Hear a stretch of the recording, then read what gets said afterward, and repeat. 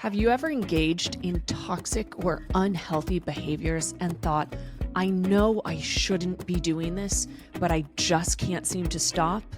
If so, this episode is for you. Hello and welcome back to A Sharper Life. I'm your host, Nikki Sharp, a two-time best-selling author, transformation coach, and I'm here each week to give you actionable tips to help you overcome the challenges that you're facing in order to create more freedom and joy. This podcast is your one-stop shop to help you live your healthiest, happiest, and most vibrant life. And whether we're talking about how to move through trauma, have better sex, and impactful ways to deal with stress and burnout, I got you covered. And yes, those are all past episodes. So if any of those sound good to you, scroll on back through the archives. And if you're new to the show and enjoy it, please be sure to leave a 5-star review and what you enjoyed about this episode, as it helps others find out about the world-class interviews, including simple tips to change your life. Today's guest is Dr. Caroline Leaf, a communication pathologist and clinical neuroscientist who has researched the mind-brain connection, the nature of mental health, and the formation of memory since the early 1980s. She was one of the first in her field to study neuroplasticity and how the brain can change. Dr. Leaf is the author of 18 best-selling books, in addition to being the host of an award-winning podcast, Cleaning Up Your Mental Mess. So today we are talking about why getting over toxic behaviors and addictions is so hard, even though you desperately want to, including tips on how to overcome them. We discuss the best and worst things to do when you feel stuck, when you have anxiety, burnout, or trouble sleeping. Dr. Leaf explains the difference between the brain and the mind and how to reprogram it in order to see lasting change in your life. This was an incredibly powerful conversation that will help you better understand your brain and what you're getting wrong about neuroplasticity. Without further ado, here is Dr. Caroline Leaf. Caroline, it is such a pleasure to have you on A Sharper Life. So welcome, welcome. Thank I I want to actually just jump straight in. There was a phrase that I came across recently that really hit home.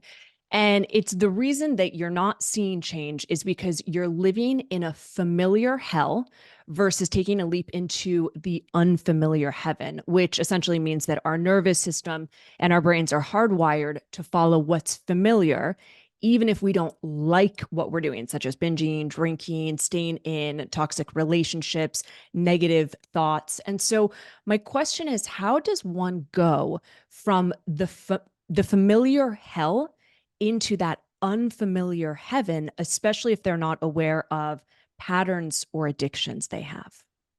Good question. So we often ascribe more to the brain and body than what we should. So there's the first part of my answer. So the brain and the body are absolutely useless without the mind. So they are physical and they are brilliant and they are incredible. Our research around the mind-brain is incredible at the brain-body. But if you're dead, your brain and body disintegrate. So there's something that is making the brain and body work mentally and physically, and that is our mind. So we're not talking about the Descartes separation of mind and brain and body in a completely disconnected way. We're talking about an inbrained mind and inbrained body. So also, another way of saying it is an embodied brain and embodied mind. So that means that every experience we have gets wired into this network, and it's a psycho-neurobiological network, mind-brain-body network, all working together. But it's the mind that's keeping it alive. So the mind is how we are processing life into the network, and the brain and body, therefore, just do what we tell it to do. So every experience we have is driven by a mind processing, our mind building it into the mind-brain-body network. And then the more we think about something, the bigger it grows, the more entangled it becomes. And it is the network between mind, brain, and body. Mind having different components, the messy mind and the wise mind. And we can go into them in more depth, but just giving you big picture things. So therefore, what happens is that we get ourselves kind of entangled in a messy mind network that then creates the messy brain, messy body. And the more we practice it, the more it becomes a habit. A lot of the work I've done is on how long does it take to form a habit, and it takes actually about 9 weeks. And if we're thinking about something daily, and it's been something that's quite a big thing in our life, it's grabbed our attention. We keep thinking about it. That network between our mind's doing the work, and the brain and body are responding. But the more practice that we give, our mind thinks, puts it in tight, makes the network bigger and bigger and bigger, and it just grows and grows and becomes more and more entangled, and creates all these changes in our neurophysiology. And then that becomes a pattern that becomes how you described in the beginning, familiar, and that familiar hell. And it's not that our brain is drawn to that. It's just that that's what's happened because of what we've done with our mind. And the reason I'm saying this, Nikki, is because there's such a lot of misinformation out there about the brain and the mind, and especially in the last 40 years, because it's been seen as the same thing. Very often people talk about my mind and my brain and in the same, using it almost like synonyms, which is not correct. And it takes away a lot of hope. So people feel, I'm stuck. I mean, I'm stuck. I'm stuck in this. This is who I am. And this is, I can't get out of this because this is what my brain is leaning towards, or my body's leaning towards. And that takes away hope. So the reason I'm emphasizing mind is because with our mind, we can change that. That is not your destiny. So that pattern of hell, which we think we're comfortable with, it's only giving us a sense of comfort because it's recognized. It's a pattern that's established. It's a network that's established. But you can change that. And the way you change that is you with your mind. So you kind of got to step into your wise mind to observe the messy mind that's keeping you stuck and reinforcing this network, and then saying, okay, well, I don't want that, and then changing it. So as you send a new signal and you fix up the messiness, then you change, you weaken the network. Now, you'll never ever forget the hell once you've changed, because once your story has happened, once your experience has happened, it's with you forever. But the hope is that we can change what it looks like in that network, and therefore reduce the impact of that old pattern. And if you think of a big tree, think of a big ugly tree, and think of healing the roots of the tree, and think of the ugly part of the tree shrinking down to one branch, and the beautiful green foliage growing over the ugly little small branch. That's what will happen over time as we use our mind to change that pattern. So the difficulty of shifting from the hell to the heaven and the change thing is because that network is so established, and it's created this neurochemical rush, and this mind-brain, the psychoneurobiological network, which creates like these sensations that we experience that feel like we know. That familiar, and people are always a bit scared of the unfamiliar. So, but there's hope. We're not stuck. It's not your destiny. That's a long answer to your I question, love but it. No, I absolutely love it. And I was just even thinking about, someone, let's say, who's an alcoholic. I'm just, they know it's a problem. They know they don't like doing it. And yet it's, as you're saying, it's become such a pattern that to break it, you almost have to change so many different parts in your life. And I know so many people struggle with, like, I work with a lot of clients who have an addiction to emotional eating, and it's easy. Like what you're saying is, like, in one sense it's easy, but in another sense it's very hard. Like, I had 2 eating disorders for 10 plus years, and it was not an overnight no. change whatsoever. So what I'm hearing you say, though, is change is absolutely possible if you're feeling stuck, but it does happen when you kind of almost like third person view yourself and decide that you want to make a change. And then what tips would you have? So, like, let's just say someone's emotional eating and they hate it, or they're in a toxic relationship and they're like, I need to get out, but I can't, right? It's that familiar hell. Or someone's drinking. What would be the steps to, like, almost, you're saying we have the awareness, and then what? Okay, so it's such a great question. Okay, so there's so much emphasis on awareness. I want to jump into that word now. We live in a sort of society and a zeitgeist where awareness is so emphasized, and that's great. But awareness alone is dangerous, because awareness brings to awareness what's going wrong, but then you don't know what to do about it. And if you don't process through in a proper proper cyclical way, you basically will put that awareness back into the non-conscious even stronger than before. And that's where what you described in the beginning of your question, that frustration that occurs where people are feeling, I know that I can change, or I want to change, or that's the better way, not this way, or I don't want to be stuck in this relationship or eating disorder or substance abuse. And there's that awareness because you've seen the impact on yourself, you've seen the impact on others, but there's like this chasm between what you know you can and should and want to do and what you are doing. And that is very much around the neurobiological network, mind, brain, body. And I can't stress mind enough. So essentially what we have to do is recognize that the awareness of how we want to be is the first part of it. But in order for shift to happen, there's actually 5 parts that we have to go through. And I liken this to maybe flying a plane. Now, not everyone flies a plane. I'm not saying that, but most people have flown in a plane. And they do know that there's a level of preparation that a plane goes through before it's taken to the whatever place in the gate, whichever gate, whatever. So there's fueling and there's checking and there's all kinds of preparation that's done. And then the plane is put in place and people board, and which is still a level of preparation, but it's a little more focused. And then people are on board, and then the pilot prepares to take off, and they take off, they fly, and they land. It's a whole cycle. Now, if a plane is just prepared and nothing else, goes nowhere. So now where we need to go somewhere, and we're going to this place and these people are on board, but we're not going anywhere, we're stuck. And that's kind of what we're talking about here, what happens. That we get to this point of, I know I shouldn't be abusing substances. I know I shouldn't be not eating properly, or bulimia, or whatever version, orthorexia, whatever it may be, or the toxic. I know I need to get out of this, but it's how.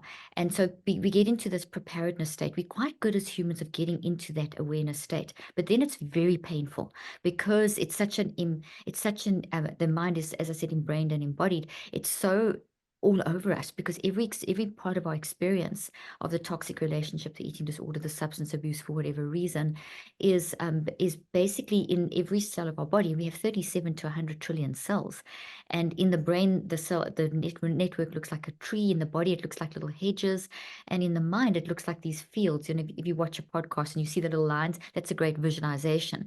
And if it's a toxic thing, it's not a nice visualization. It's not a nice healthy wave. It's this crazy tsunami wave. It's a toxic looking tree. It's a hedge that's all prickly. And there's 37 to 100 trillion representations of this, with each part of our body having a different perspective. And that collates into this holistic perspective of brain, body, mind. And it's big, it's real. There's these molecules that are being activated and secreted and moving around the body. It's a whole psychosomatic, it's a whole experience. And that's very scary. So what we as humans are very good at doing is pushing that down. Saying, I don't like feeling like this. And it doesn't help that we're in a society that says the minute you feel uncomfortable, get a quick fix, get a tablet, take a pill for every ill kind of story. And that, oh, there's something wrong with you, something wrong with your brain. So instead of looking at a person in their holistic environment, the person in their context, all the stuff we know instinctively, we should look at a person holistically. What is done is it's that whole response is labeled as, oh, you have a disease of addiction. There's something wrong with your brain. You have a disease of anorexia. There's something wrong with your brain, which is not scientific. It's been disproved, and it's created a huge mess that we're in now currently with our mental health. So I'm not downplaying the fact that those are hugely important things, but having an eating disorder, whatever, these are behavioral responses. It's not who you are. It's who you have become because of. And if you've become it, you can unbecome it. And yes, it's hard. And the hardness comes from the first question you asked me, the fear of change. The comfort with the familiar, that familiar hell. And the second thing is that what do I do to actually shift and make that start happening? And there is sometimes people hate this they hate what I'm about to say, but it really does boil down to choice. You have to reach that point in your life, and I know you're probably nodding from experience. I also battled years ago with an eating disorder, so I recognize that. I've worked for years as a therapist, and I researcher for nearly 40 years now, and it's a choice. I have seen people that have been alcoholics or battled with alcohol. I hate to say alcoholics because it's not a diagnosis, it's a behavior, it's a coping strategy, it's a relationship, food, whatever, any abuse of substances. I've seen them overnight stop. And according to science, it's impossible to stop drinking if you've drunk for like 50 or 60 years, or you've been an alcoholic for 40 or something like that. You can't stop, and you won't. And if you do, you're going to have withdrawal. And if you do, so some people do have that. It's different for everyone, but I have seen the shift that when people, there's a choice that people make. They have to get to the point, and when they make that choice is when something changes. And that something that changes enables a person to then say, okay, this is going to be hard work. And then the real hell does begin until the heaven arrives. And even then, the heaven never really arrives, because it's humanity. Being a human is a series of ups and downs. And we have to learn to embrace the depression and the anxiety and the panic attacks and the relationship with substances like eating disorder. You're always going to battle with food. It's always going to be an issue if you've had that, but you get it under control. And it's not even so much controlling it, it's a recognition that this is something in me that I can reconceptualize, I can reconstruct, and I can make it a tiny branch on the tree, and I don't have to live under that control anymore. But it's still part of your story. And it's still part of what happened to you. And there was still a cause deep down, whatever cause it was, whatever source. And when we accept that unacceptable, and when we realize that whatever caused that was part of our story, and that we can't change what happened, but we can change what it looks like inside of us, then we move into healing like you've done, and now you help others, and you work with other people and that kind of thing. But you made a choice, you made a change, and to come all full circle back. I know I give long answers, but there is no quick answer. There is no quick fix. It starts with a choice, and then the choice is followed by a healing journey, and that healing journey is cyclic, and it is the rest of your life, and it's filled with peace and joy and ups and depression and anxiety and ups and downs. But we embrace that whole journey. We see the depression or the anxiety or the frustration not as something negative, but as information. So if we shift our perspective to the ups and downs of life as information to help us grow to the next level, you deal with it. You say, okay, well, I'm feeling a bit down today. It's not the end of the world. I'm going to accept that, and I will move on. I'll make plans to progress, not just get stuck. Does that make sense? What I'm Absolutely. And I actually love all of the long answers. I think you explain it so beautifully. And as you were talking about the plane, I can just imagine, all of the systems happening, the preparation, and then what's the worst thing when you get on a plane? You get on the tarmac and you're stuck and you don't go anywhere. And so exactly as you're saying, I think we are our own worst enemies in that we want change, but we get ourselves stuck. And something that I haven't really shared. I mean, I actually haven't shared this publicly, but so I just went through a divorce, and I left a very, very unhealthy relationship, and I left after 1 year of marriage.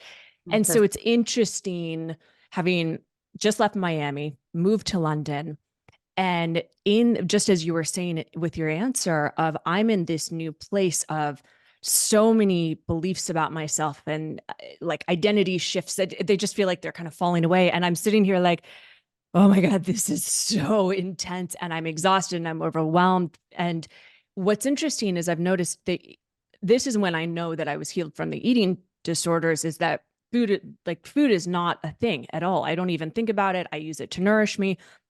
But I do recognize I've definitely been using wine to cope at night. And I'm like, okay, Nikki, if you have overcome the eating disorders and you've left an abusive relationship, you definitely, you can. So it's kind of that awareness mixed with the compassion. And so I mean, I love your answer, and I find it just so fascinating to even be talking about this, that there is hope for people, especially when someone feels stuck. Now, I wanted to ask, neuroplasticity, and you're talking about the brain, the mind. We've heard neuroplasticity. This is a buzzword. What exactly is it? And what are some misconceptions that people are thinking about this word? Well, first of all, thank you for being vulnerable and sharing your story. And I'm so sorry you've gone through that. And I'm, really very impressed and very proud of you that you can talk about it, and that you've recognized, what's the relationship that you are having with alcohol or whatever. And I'm so glad. I wanted to also just stress that, yes, we do, from the eating disorders, having had one myself years ago, battling with the behavior eating out. I always like to reframe it, describe it as a behavior pattern, it's a relationship. It's the back of the mind. It's the same thing like you. Food is I used to nourish me. I love it. I enjoy it, but I'm aware of it. I'm aware of what happened. So that's what I wanted to just stress there, that we heal, but we heal remembering our story. So it's like the kintsugi principle, the kintsugi principle where they put together the vase with the gold lacquer and that kind of thing. That's how we need to see ourselves, because we in a society that says, okay, you had an eating disorder, you had a disease of addiction, and then you don't have it. It doesn't work like that. It's part of what you've gone through, and it's not controlling you. You control it, but it's still part of your history, tiny little branch that you Yeah, your control, story. Yeah. part of your Yeah. story, part of what we do. And to have gone through all of those things at the same time, I'm sorry that you've had to experience that. So neuroplasticity builds into everything that we've been saying so far. So back in the late 80s, early 90s, I did some of the first, I don't know if you're aware of this, some of the first research in neuroplasticity was traumatic brain injury. And I was in a lecture with one of my professors in neurology, and he was going on about how the brain couldn't change. And that was what the belief was in the 80s, that from about the 50s to the 90s, it was believed that the brain couldn't change. The mind was seen as separate. And I remember saying, but if our mind is how we experience life, and every moment's different, and the mind uses the brain has to change. There has to be change. And we can feel the change. As humans, we know we're changing. And we know that the mind, the brain, and the body, we can feel the changes in ourselves. And so he said to me, well, go do research. It was kind of brushing it off sort of thing. And I said, okay, well, what area? And he said traumatic brain injury, because there's no research on it. He was really challenging me. It was really like, oh, this is, just stick with the story. The brain doesn't change. And I didn't, though. And I'm very glad I did, because I went and tried to find research on traumatic brain injury. There was so little.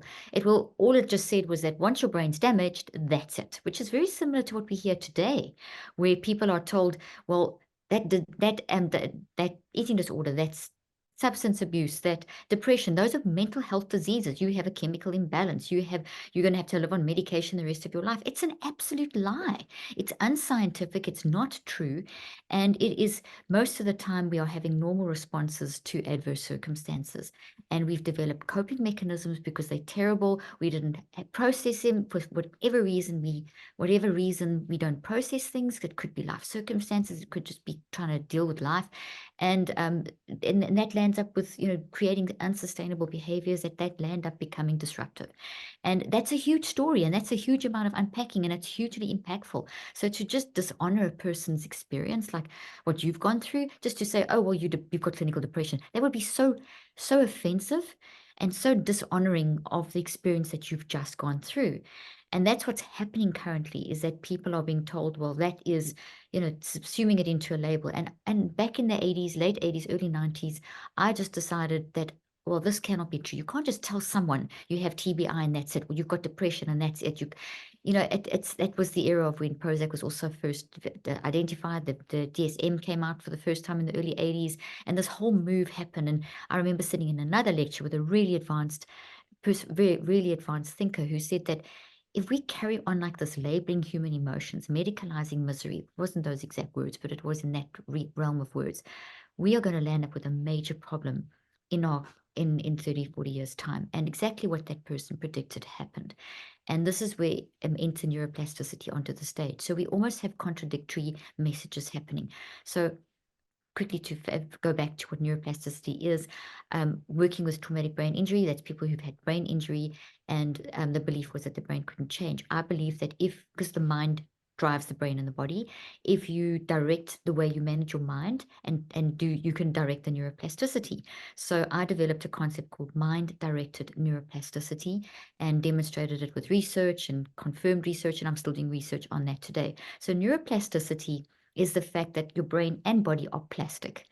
Every moment of every day, you are making new cells. In fact, in our conversation, every second, you are making 800,000 to a million new cells every Wow. second, every day as humans. Okay.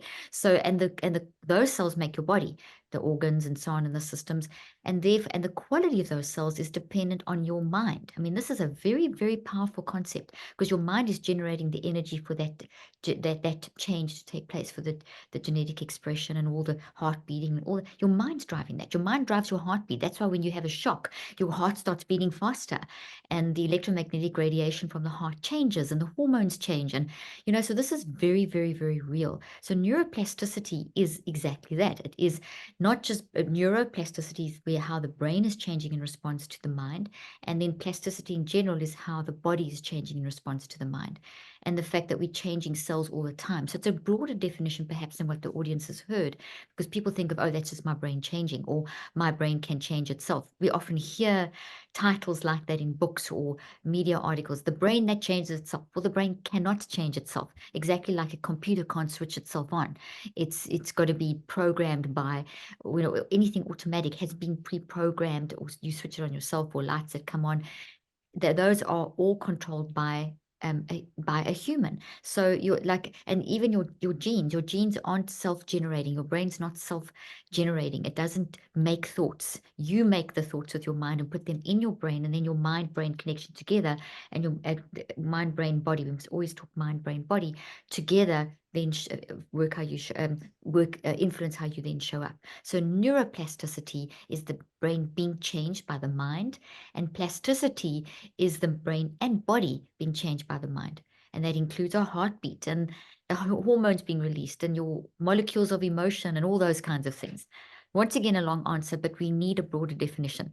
And it's so, I, neuroplasticity is I was just going to say that your answer is amazing. Like, you just explained it so succinctly but profoundly, because I work with so many clients who are overweight and they can't lose the weight. And there is absolutely something you're saying of the body is responding to what's going on in the brain. And so that's where I then work with clients, is like, let's understand the brain. Let's go into the subconscious. Let's figure out what's going on there, because the body is just almost what I tell them is almost the manifestation of what's happening inside, as it sounds like you're confirming.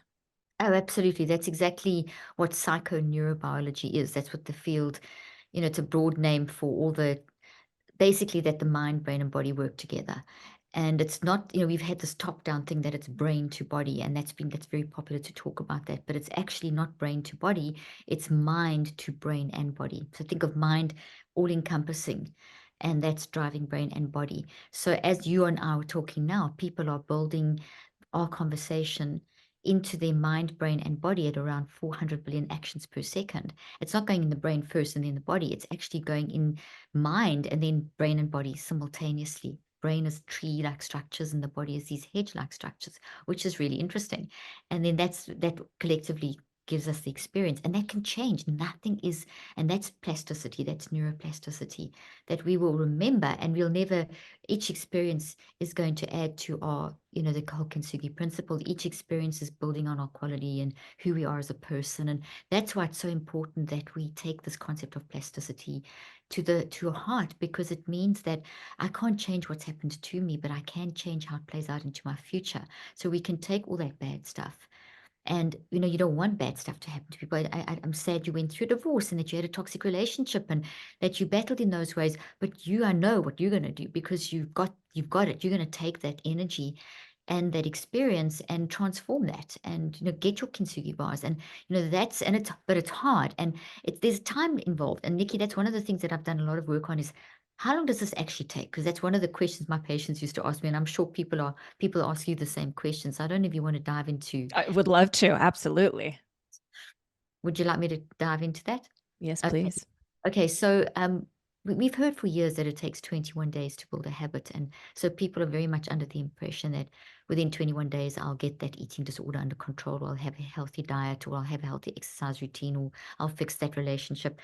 That was a myth that was promulgated back in the late 60s by a surgeon who was observed that his patients were going through cycles of 21 days with healing. So there's an accurate principle operating here, and that our stem cells reproduce and heal in cycles of 21 days. So there is that factor, but it was then applied to, oh, well, maybe then it takes the mind. And there's a level of truth in it, because there's major change that happens every day, and there's cycles, but 21 days doesn't form a habit. 21 days reconstructs and takes you to a point where there's a lot of stuff happening in those 21 days if you deliberately and intentionally work on something daily. It's big stuff, and it feels like wow.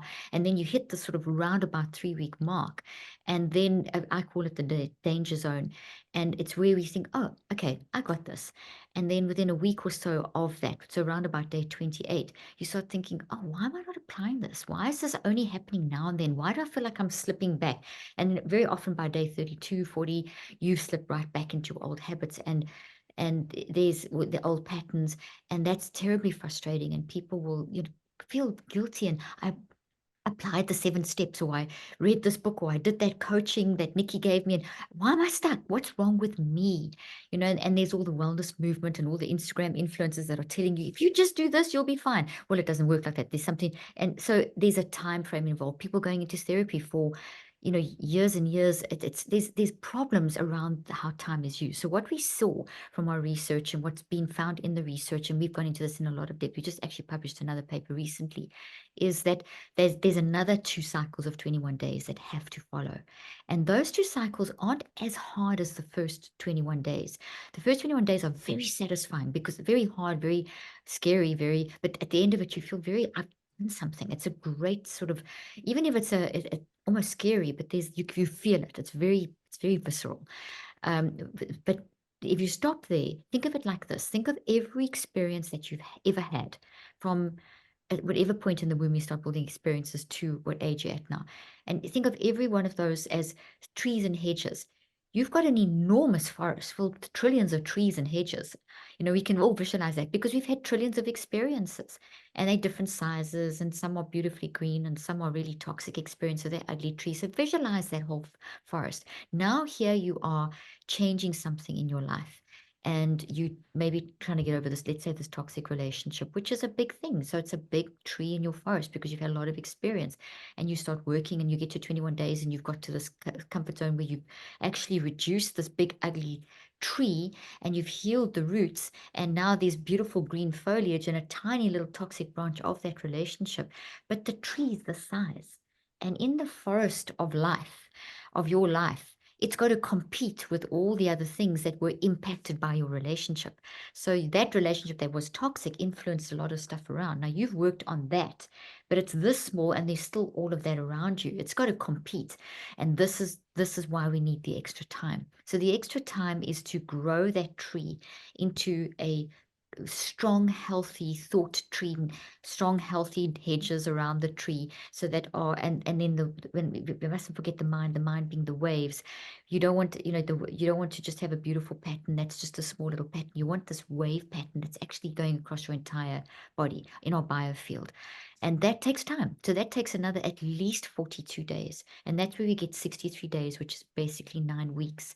And on that, there's an up and down journey. So for example, at around 38 days to 42 days, we get a massive dip, because at around 35 days into a daily planned and guided healing journey, where you're doing it daily, and I'll tell you what you do daily if you want in after I've explained the timing, you get this incredible insights. So around about, if you think about sort of 5-6 weeks in, you start seeing, my goodness, look what I missed. Look at the change, and you see the good, the bad, and the ugly. And it's like overwhelmingly, and it can almost push you in the wrong direction. And if you don't know what's coming after, it can push you in the wrong direction. So we often see people crashing at that stage too, because you'll have a massive dip, and we'll see the changes in the brain, because I look at mind, brain, and body. So we'll look at the story, the psychology, the psych, all the different self-regulation. We'll look at biomarkers in the body that tell us about the standard confirmed biomarkers that tell us that there's a response. And there's so many of them. So we just select a few. We look at things like telomeres, and then we also obviously look at what's going on in the brain, but we use frequencies. So we use the QEEG, and that, because that gives us a very accurate representation of the energy waves in the brain, which then influence blood flow and chemicals and all that kind of stuff. And so we try and look holistically. Obviously, there's more you can look at, but it's impossible to look at everything. So what we see is a massive change in the mind brain body connection. There's this dip, and if you're not aware of that, that's when people will also fall back, and that frustration, that stuckness, that why is it so hard to change? First question you ask me is very often in that dip or it's at that date. So there's certain places where we dip after day 21. And there's certain places we dip in the first 21 days. So what's really important is to realize that it's at least 63 days and that there's going to be these ups and downs. And if you become familiar with the healing journey, then when these dips happen, you're prepared. And when you're prepared, you'll cry and get depressed and grieve, and that's okay because it's information that you're receiving. You need to do that. You don't want to go take a pill and suppress that because that's the worst thing. It's like a volcano that's going to eventually erupt. So you need to work through that healing process. And that's a 63-day cycle. So just to explain a little more, if you have a major trauma, like what you've gone through is a big trauma, that's not going to go away in 63 days. I'm not saying a trauma like what you've experienced will go through, but you're going to do probably multiple cycles of 63 days to try and unpack all the areas of your life that has impacted. And so it's someone who's been through, like I've had some patients that have had severe traumatic abuse as well as traumatic brain injury. Sorry, I couldn't speak for a moment. TBI there. And that's a big combination. It's taken maybe 2 years, to work through, which would be then, if you think of, just do the math quickly, 365 divided by 63, you can do more or less 6 cycles in a year. And so I'm talking about a lifetime commitment. What I'm talking about is managing your mind constantly, because your plasticity question, your mind and brain are always changing because your mind is always receiving input. You're not isolated. You're in life. Every moment of every day, you are receiving input, which is changing your brain and your body because of plasticity. So either you direct the change or it happens in a chaotic way, and that makes us feel burnout, stress, anxiety, stuckness, stuck in hell rather than changing to heaven, all those things. But if you learn to live a lifestyle of mind management where you increase your self-regulation and you live these cycles of these 63 days, it shifts things. That the bad things of life that will happen, you recognize, you manage, you cry, you shout, you scream, you get depressed, but you fly the plane. You don't get stuck in the airport. You actually learn how to take off through your tears, fly through your tears, and land through your tears and keep moving forward. So I don't know if that makes sense. It made so much sense. And, as you were saying, I was thinking like the first month that I was here. So I arrived February 7th, and it was interesting. I almost felt like I went through like a dimensional time portal. I went to sleep on a plane and I came and I landed in London in this new flat with my 2 kitties. And it literally was like, was that even there? Like it was such a bizarre experience. But the first month was quite good. And I was, enjoying and getting into a routine.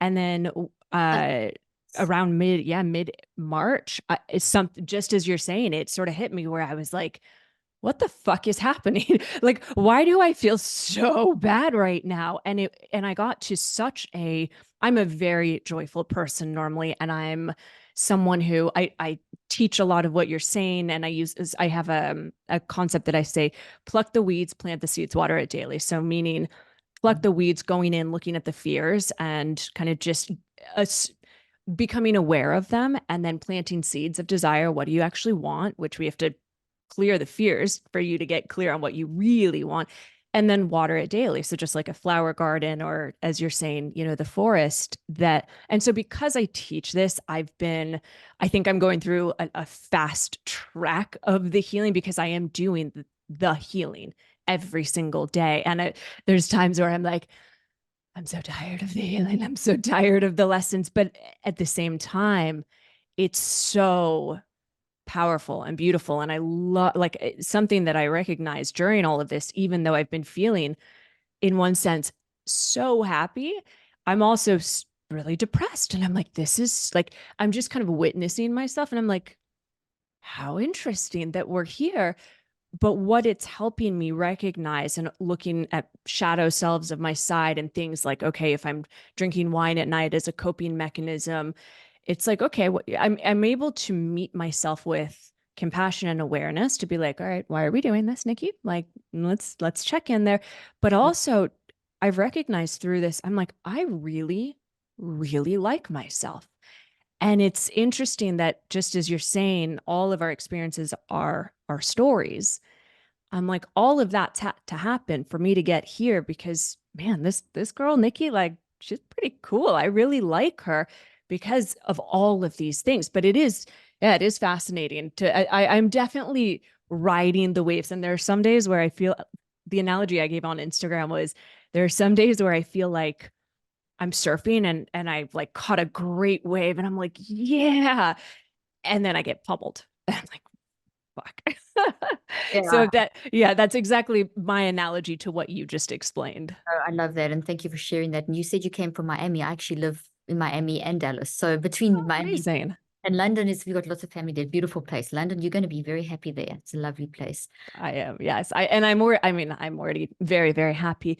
What I wanted to do is, Oh, sorry uh, about it. Sorry, I didn't mean to interrupt you. Sorry, I interrupted you there. I just wanted to say thank you for sharing that and for being so vulnerable there and giving explaining that the whole analogy and what you're going through. And it's so true, hitting that more or less 5 weeks, 3-4 weeks in.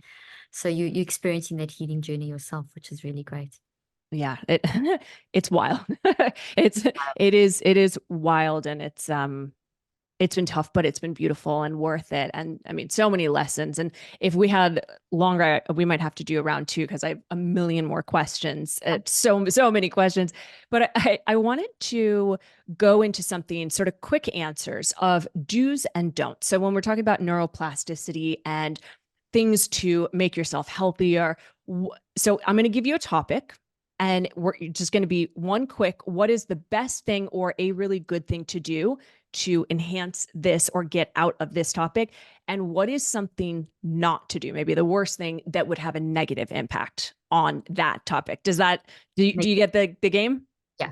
Okay, amazing. So dealing with stress or anxiety. So the best thing to do to get out of it and the worst thing. Best thing to do is the NeuroCycle, and the worst thing to do is to suppress it. And what's a NeuroCycle? Okay, so NeuroCycle is how information gets into the brain and mind and body, everything we've been talking about, and then how you can reverse engineer it. So it's basically what you do daily over those 63 days. So it's a planned and guided process that's based on science and research and everything that I've done. And it's basically how you would manage your mind and develop self-regulation. So same 5 steps you do every day. It's called a NeuroCycle, and it's directing the neuroplasticity. So it's mind-directed neuroplasticity. And then you can do it if stress is a pattern. Then you can do it over the 63 days because the pattern means it's established. It's a habit. So it's going to take at least 21 days to find out why, and then it's going to take and reconfigure and reconstruct, and then another 42 to stabilize, to turn it into the habit to grow the tree. So I know that's longer than what you wanted, but that's No, that's beautiful. Stress in the moment, you can also use the NeuroCycle in the moment. So once you understand the system, you can use it in 5 seconds. And that's your app, correct? You go Yes, the through this. Yeah. NeuroCycle app. Yeah, Beautiful. Okay, so next one is just total burnout. Total burnout. The worst thing to do is to think that you have limited resources. And that's the perception, that the mindset that's hammered in our current society. So we're told, well, you've burnt out, you've run out of stuff, there's nothing left. That in itself will actually make you feel worse. So they shift that perspective and say, okay, I just need to regenerate. I have unlimited resilience, because that's actually the truth. You have unlimited resilience, unlimited empathy, unlimited gratitude. It's a huge open, it's just an infinite space. But what we do is we close the door through mindsets that are promulgated through the zeitgeist of current society, which is, oh, you burnt out, that's it, you burnt out, there's nothing left. But there is. You just need to regenerate, the door will open, and you'll recharge. You need to recharge like you recharge your cell phone. Beautiful. Okay. So next one is sleep. What's the best thing for sleep? What's the worst thing? Best thing for sleep is to just embrace your pattern. The worst thing is to worry about sleep and to think of all the things that people tell you. You must sleep. If you don't sleep, you're going to die. You're going to get cancer. You're going to get this. Throw all of that out the door and just say, okay, well, I'm going through some sort of sleep issue at the moment. I'm going to embrace this. I'm going to watch TV. I'm going to watch my favorite show. I'm going to do my work. I will eventually sleep. In other words, get into that state of mind where you relax about it. And then when you're calmer, you can start investigating and seeing the pattern. Generally, one will find that the pattern is that you don't sleep when you're worried about something. And that if you work out ways of resolving, and there the NeuroCycle, I have a whole one for how to prepare for sleep. That'll just help you then to get to, you can't solve everything before you go to bed, but you can get into a state where you can actually relax, send through sufficient messaging from the mind to the brain and the body to get the plasticity ready for that's needed for sleep. So yeah, you can, but you have to be in a calm state to do it. So don't worry about not sleeping. Embrace it, and then when you calm, work out the pattern. Amazing. Okay, we've 2 left. So second to last one is rewiring the brain, best and worst thing. Okay, so rewiring, you rewire the brain and the body simultaneously. And the bit worst thing is to think that the brain is doing it itself, because it doesn't do it. The best thing to realize is that you do it with your mind. Your mind changes your brain. Your brain can do absolutely nothing, nor can your body without your mind. Brain and body die without mind. So mind is the thing. So you, with your messy mind, which is great, it's okay to be a mess, tap into your wise mind, you direct the plasticity and the rewiring. Beautiful. And last one is making new friends, best and worst thing that we can do with that. Be yourself, be authentic self. People actually respond much better to authenticity. Don't try and be someone else. That is really so important. I love it. So something that I mean, you've already talked about so many different things, but you had posted a quote on Instagram that you cannot shame yourself into change. You can only love yourself into healing, and that shame can be used as an emotional trigger, which we've talked about in this interview already, but that it's something that it's telling you that you need to change, or it could be addressed. And so I teach very much the same thing, but I do find that a lot of women are very unhappy with their bodies, and they have a really hard time with negative self-talk, right? They have the shame, the guilt, the anger. What are some tools or just tips that you would offer for someone who it's just in that cycle of looking in the mirror, you're fat, you're ugly, you're this, you're that?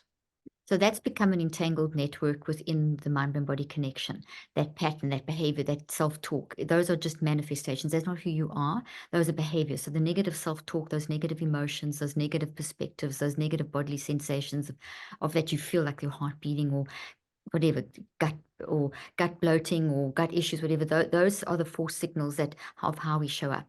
And when if we can start learning to regulate and recognize those signals, we can then find the thought they're attached to. And then when you find the thought, you find the source, because the hedge has a root, so does the tree, so does the wave. Everything has a source. And what we have to do is find the source and reconstruct. And that's going to take time. So you're not going to just stop the negative self-talk. You can take every affirmation you want. You can take every CBT technique you want. You can take every great quote that you find on Instagram and say it to yourself 100 times. You will not believe it. You may believe it feel okay for a few seconds, because you'll have an endorphin or an anandamide rush, which is a hormone that makes you feel a little bit of bliss, but it will drop off and you'll go back to square one and you'll feel worse. So it is looking directly in the face, looking at those signals. What am I feeling? Where do I feel this in my body? What are my behaviors? What are my perspectives? Tracking it back to the thought, deconstructing to the source, reconstructing and stabilizing. That's the NeuroCycle. And you do that daily over the 63 days. And you, each day, tiny, but remember, it's micro neurocycling. It's micro changes every day. And don't try to say, okay, tell yourself, it's going to take me 9 weeks at least to handle the self-talk. So I'm not going to beat myself up if I have a bad self-talk today, good tomorrow, bad the next day. There's nothing wrong with you. It's normal to be a mess. It's okay to be a mess. You're in the process of managing the mess. It's going to take me 9 weeks. That's a really great mindset to practice wiring in, and then to work through that cycle. Give yourself the time. We don't give ourselves time. We do it once, twice, say the affirmation, read the great quote on Instagram, say I'm loving myself, go and do some self-care, like go to the stone and have a sauna, whatever. And then why am I still feeling bad? That's not enough. Okay. It's micro every day. You've got to rewire that network, plasticity, all the things we've been discussing. Which I just wanted to also point out, you post amazing inspirational quotes. So just in case you're not following Caroline, I will include everything in the show notes. You really do post just such incredible, inspiring things, which I personally love. So You talk about some surprising research about fictional books, and I'd love to have you share more about this because you mentioned that there are a lot of benefits to reading fiction, but I'm curious also, would the same benefits apply to nonfiction? Yes, so the first of all, the benefits. When we read fiction, we stimulate massive changes that in the brain that are and the body. Remember, if it's always brain and body, because as you read, those words are taking you on a journey, and that journey takes you into like another world. And so your language, your imagination, your creativity, your intelligence, all of those things are just start flying, and that then creates very healthy changes in your immune system and your neuroendocrine system and your heart. For example, your heart will release a hormone that will start flowing through your body, creating a sense of peace that opens your mind, opens the connection between certain parts of the brain and the body that help you get more, that make the pathway to wisdom, because your mind uses the brain and the body. So you want to clear out the road for argument. You want no logs in the road kind of thing.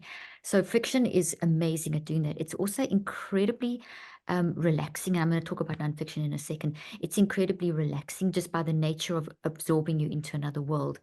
And it's calming.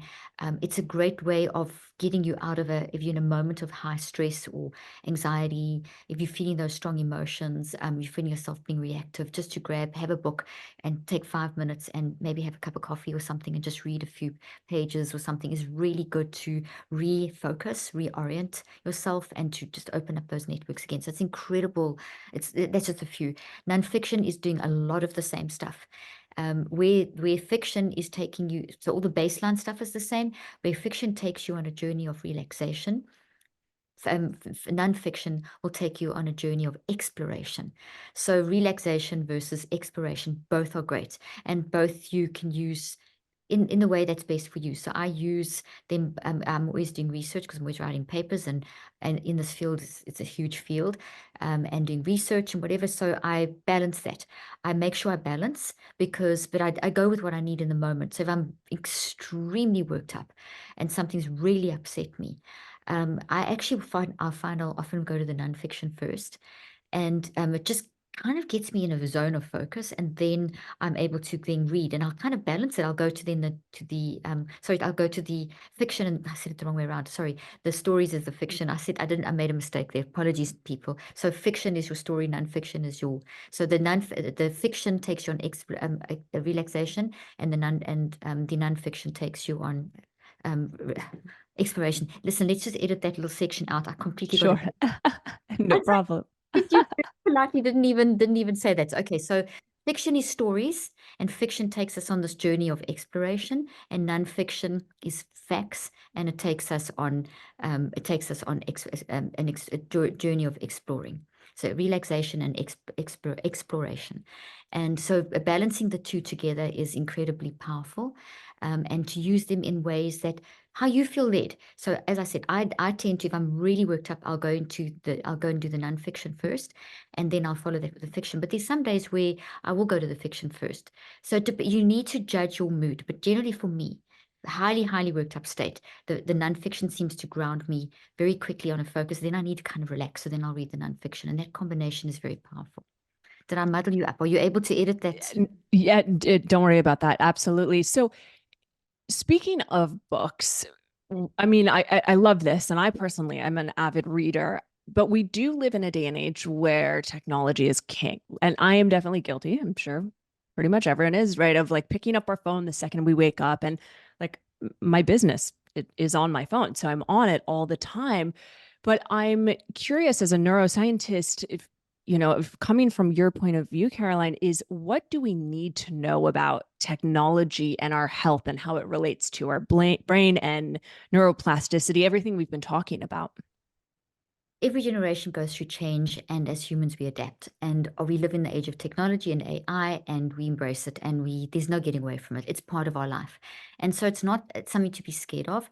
The reason why we've had all these impacts that we've seen, and sort of is at all the negative side that is spoken about so much, and how it's changed a lot of society and how it's created a lot of problems. That's very normal when you get something in TV, when TV first came out and radio, these shifts, there's such radical shifts in being able to fly and get around the world. And, these things change society in dramatic ways.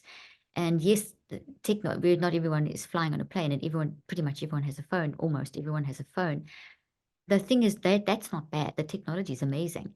It's our management. Once again, it's mind management, which is key to everything that I do. How are you managing it? Are you recognizing the signals of when that overstimulation is happening? Because your brain and your body love the stimulation of the technology, that fast paced and also as humans, our mind and body interaction is our minds, we crave knowledge. We crave access to knowledge. So the excitement of being able to access knowledge like that, it's amazing. It's satisfying such a deep need in us, but it has to be managed. So like anything, there's a glass of wine's great, but 10 glasses is not great. And, eating healthy is great, but orthorexia is not great. So these are all these, it's balance, it's mind management. So it's a simple answer for me. It's just manage it and work out what that mind management looks like for you. Yes, listen to the advice of experts. And there's been extreme studies done, and then there's been studies that have shown that those studies actually were not done correctly. And this is the nature of science. We go, we explore, we find, we unfind, we redo, we replicate. At the end of the day, it's going to be with us. AI, technology, it's here. It's part of our life. We need to adapt, and we need to manage our adaptation or Great adaptation. answer. I love it. I love it. What would people be surprised to know about you? Maybe that I have 4 adult children and that 3 of them work in the business full time, 1 part time. My husband also is involved in the business. Maybe that. I have 2 dogs that I am obsessed with that sleep on the bed. That kind of things that people think when you're a scientist, you're not normal. I'm very, very normal. That I also still battle. I battle. I'll have days where I feel completely and utterly like overwhelmed and think, why is my resilience so low today? I know all about this. Why aren't I bouncing back and have tears and things like that? And then I have those days, but I have the tools. So I'm not scared to say it. I'm not scared to show that and to shed the tears and get mad at myself. And but I never stay there. I move forward. So maybe that's something people think that I've got it all together. I still will fall apart, but I know how to get up very fast. I've learned how to manage my mind. And I'm 60, and I can honestly say that the lifestyle of mind management has been, it's been massive. It's been massive. I really do practice what I preach. That's interesting that you shared that of, you still have your messy days, because that was going to be a follow-up question I had. People look at me on Instagram, and part of the reason I am very real and authentic and vulnerable is, one, that's just in me. Those are values, but also I am trying to show that there is no such thing as a perfect quote unquote human being. And I'm sure, looking at you, like I've had Dr. Daniel Amen on the show, and he's like, don't drink, don't smoke, don't do marijuana, don't do this, don't. And it was almost like, wait, so do you follow like 100% of that advice? Like, can we be a little real? And so I do appreciate that you share that you do have messy days. It's just you pick yourself up instead of kind of wallowing in it or allowing it to become a destructive behavior or pattern or thought. So are there any naughty things that you do? Like, do you drink? Do you not? Do you go to, like, are you someone who is like pretty routine? You go to bed 9 p.m. sort of thing? Or are you more ebb and flow of what people would, I guess this is like a bad word, but Normal. like normal. Yeah. I'm normal. I love my sauna. I love my yoga. I love chocolate, and I love binge watching a show that I think is amazing. And I'll read all night, and I will read in bed, and I'll do all those things that we supposedly, I believe in healthy eating, exercise, all the rest of it. But I do not believe in becoming obsessive about something and telling people a bunch of don'ts. I've done that in my life. I've written the books about only eat the good food, and it's not realistic. It's not realistic to it's all these rules because they keep changing. It's be flexible. So the biggest thing that I've learned at 60 now at this stage is embrace change and own when you've made mistakes. I mean, this is massive. I made so many mistakes and in changed my belief systems. I mean, literally have shifted and changed so much. And that's something that's kept me from being rigid at one point of my life to being much more flexible and go with the flow. And hey, you know what? If you have a glass of wine, if you eat that bar of chocolate, and that chocolate was so good, eat the whole bar. It was so good. It was, and so is it organic? No, that one wasn't organic, but it was just so good, and so yeah, you got to go with the flow. I love that. Where can people find you, Caroline? Instagram, Dr. Caroline Leaf is my handle. drleaf.com is a webpage. My app is called NeuroCycle. It's available on iTunes and Google Play. It's really a great resource. I've got lots of books. I've even got a book. You've got young children? Are your No, children? I have, just time's sake, I had a million questions about children as well, but please tell me. Well, I've got a book, How to Help Your Child Clean Up Their Mental Mess. And this is to help parents help their children with mental health proactively.